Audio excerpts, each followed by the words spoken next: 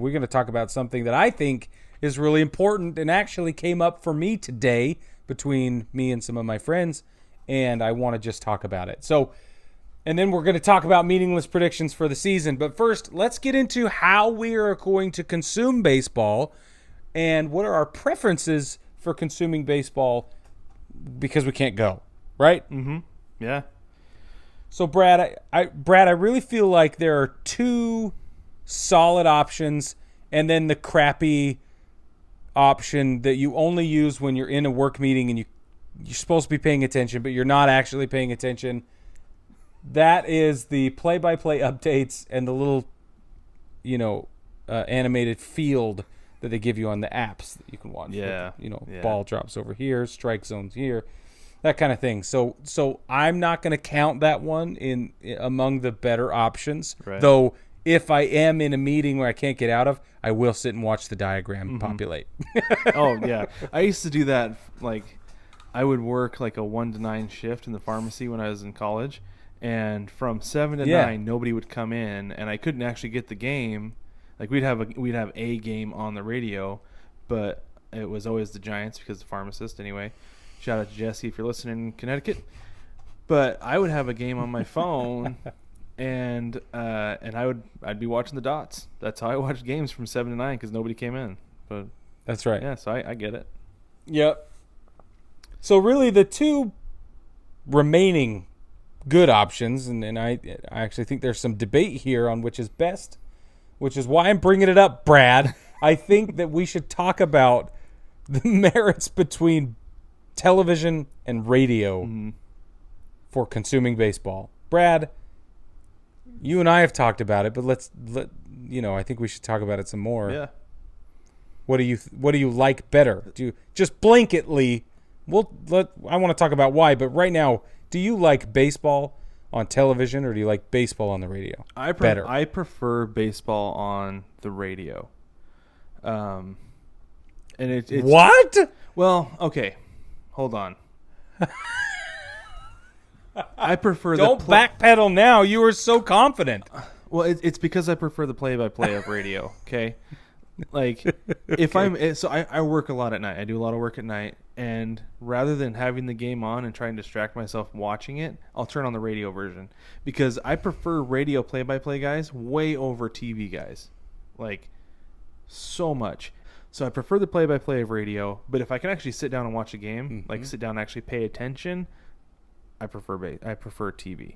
But I still mute the play-by-play because I don't like to listen to it. Does that make sense? Interesting. Yeah, there's a lot of divided opinion out there. And I actually know a lot of people who turn on the television to watch but mute the television announcers, the commentators.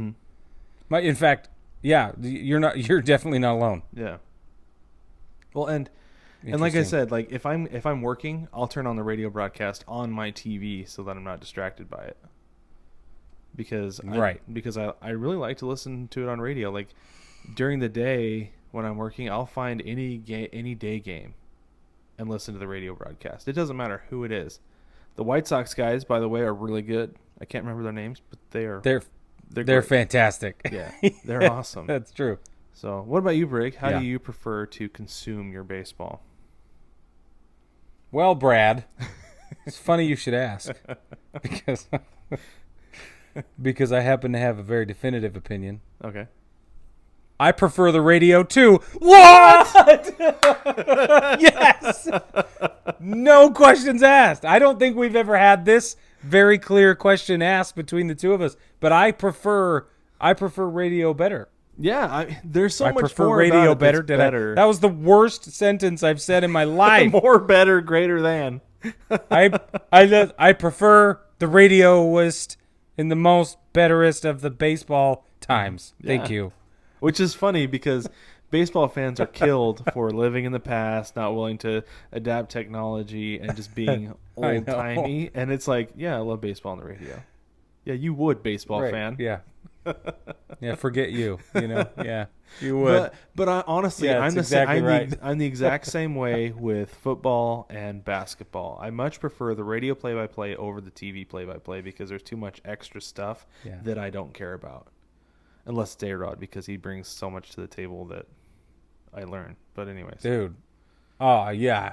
Yeah, me too. And I'm a glutton for that information. I just want him to do a lecture series or something. I'd be there. I'd be there for that. Yeah, for sure. He should do a master class. Ooh, we should call master class and see if they can. Your new baseball instructor is Alex Rodriguez. There we go. And then the violins. They come right in. Yeah. Yep. So, I think, I think there's a lot of merit to both. Mm-hmm. For me, when I watch, I agree with you. The play-by-play on the radio side is much sharper. You get more color, you get more visceral experience, because what you're subjecting yourself to storytelling. You're subjecting yourself to somebody who's charged with providing you this visual experience without the actual visual experience. Mm-hmm. And I think that doing that well is art in its purest form, right? That's communication in its purest form as well.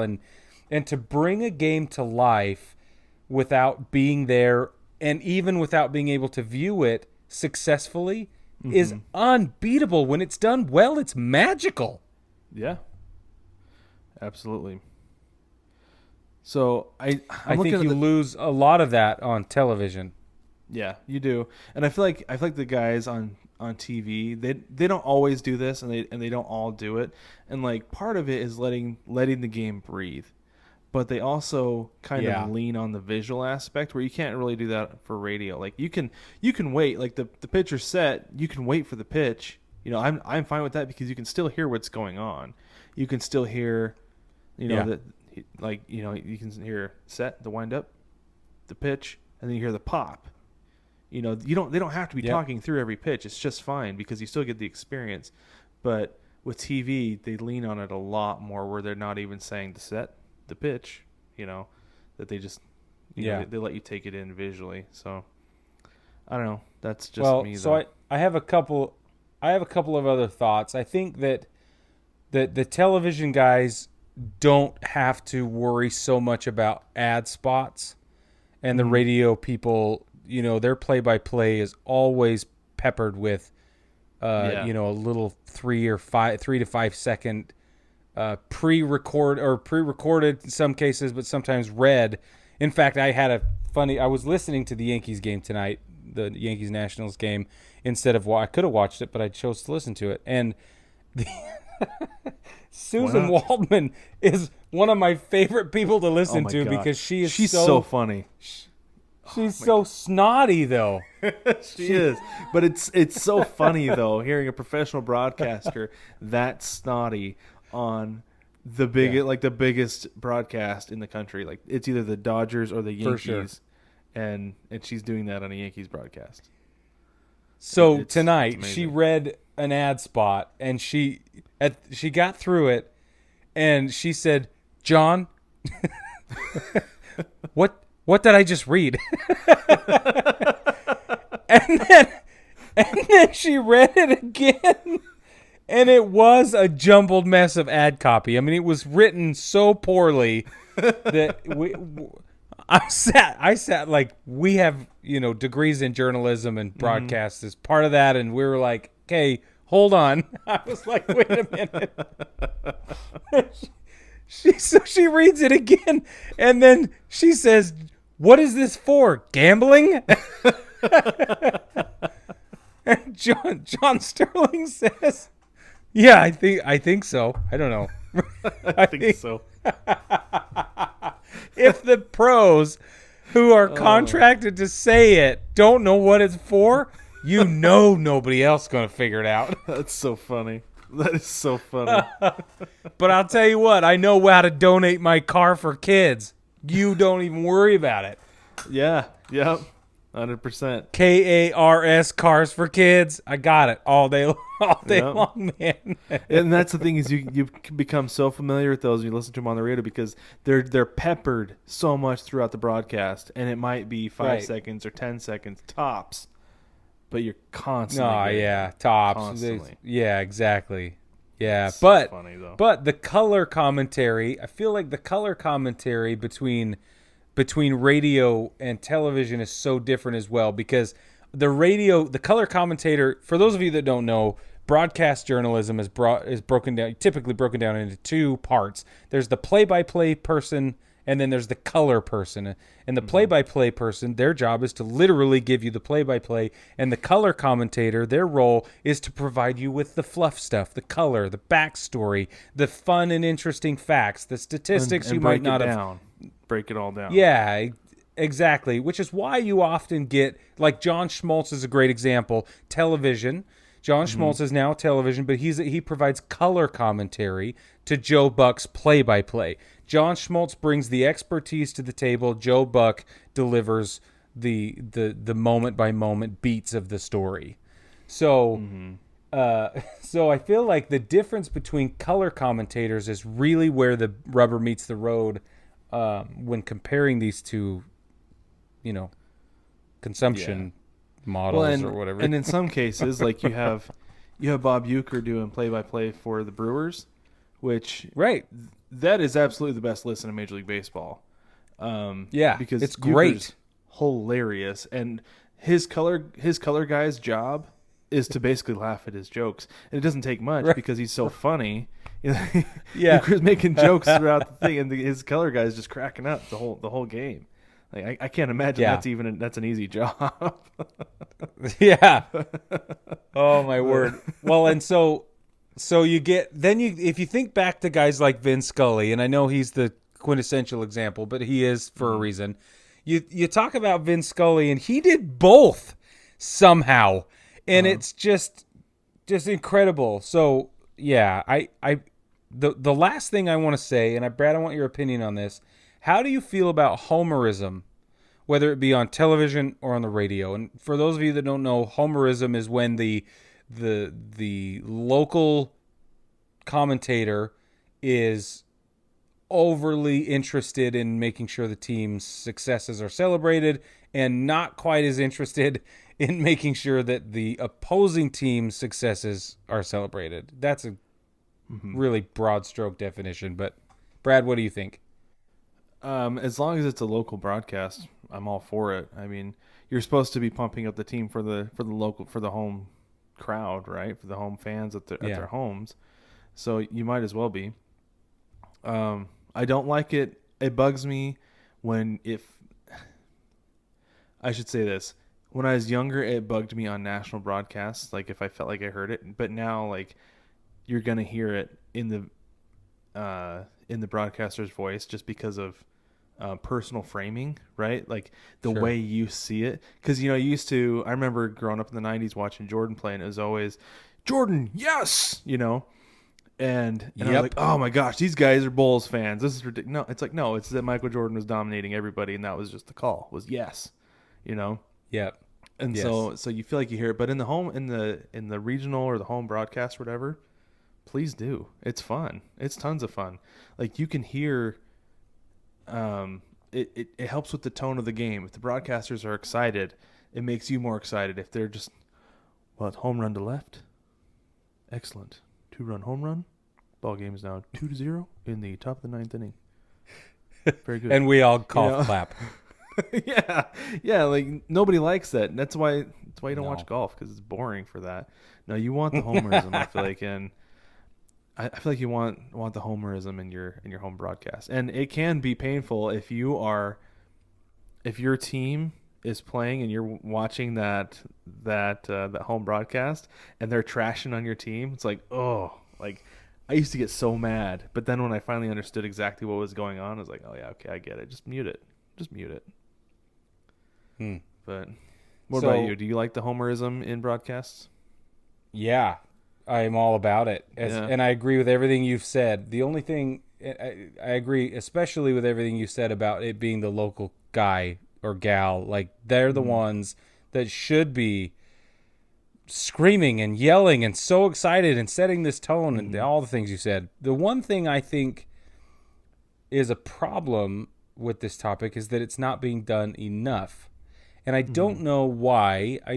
And obviously I listen to John Sterling and Susan Waldman. They are the radio team for the Yankees, but I wonder if it's because it is such a large market and because there is such an expansive geography that they're covering of people tuning in. I mean, I'm in South Carolina and I'm still tuning in. So I wonder if there's something there about having a national level professionalism or an international level sort of. But I feel like John really holds back, and it bugs the crap out of me. I wish John was hooting and hollering. I need him to be all in, because when the Yankees are doing poorly, they bring it down a notch, and they let their criticisms flow freely. But I don't see that reciprocated on the celebratory side. And that bugs me. Like, if you're gonna do one, do both. Yeah. And for me, I wonder if sometimes when you're too close to something, it's easier to be critical. It's hard to see the good. And I wonder if that's part of it. Part of it might be jaded. I mean, I don't know how long John Stern's been calling Yankee games, but he might be a little bit jaded. But I'll tell you right. It's like a bazillion years. Yeah, and that's what I assume. I think I see here. Last year he called 5,000 straight before taking a day off. That's right. That was he got the flu. So that was last year in July, and so that he could be just jaded after 5,000 games. I don't know, but no. And one quick thing before we move on, man, we've gone on way too long with this. But anyways, when I was with the Orem Owls, the radio broadcaster for the team that summer, he was a college intern, and his goal, I believe, was to, from what I understood talking to him, his goal was to be a national radio broadcaster. He wanted to do radio. He didn't want to do TV. So he was incredibly professional. He didn't even wear team hats. He wore a team hat because that's what he was supposed to do for work. Outside of work, he didn't have any team hats that he wore. Everything was neutral. And his broadcast was very neutral. He was very good, but his broadcast was incredibly neutral. On the other hand, there were teams that would come into town. The Owls that season, they won the Pioneer League, and the whole thing. One of the broadcasters, when the other it looked like the out of town team was going to win the game in advance, he was leaning outside of the broadcast booth, outside the window, cheering and pumping his fists. Yes, they just scored, and they go up 2-1. Whatever, and it was like. I was like, man, that guy's pumped. We were all just kind of laughing because we hadn't seen anything like that all summer. We had seen our guy, was either sitting or he would stand if if he needed to stretch his legs, and he was no influx. But that out of town guy, this was his job. This was basically his second job with this team, and so he let it flow. And looking back, it's like that was actually pretty cool to see. The one guy in the stadium cheering, and it happened to be the radio guy. But I'd like to see more. That's of it cool. Too. But anyways, yeah.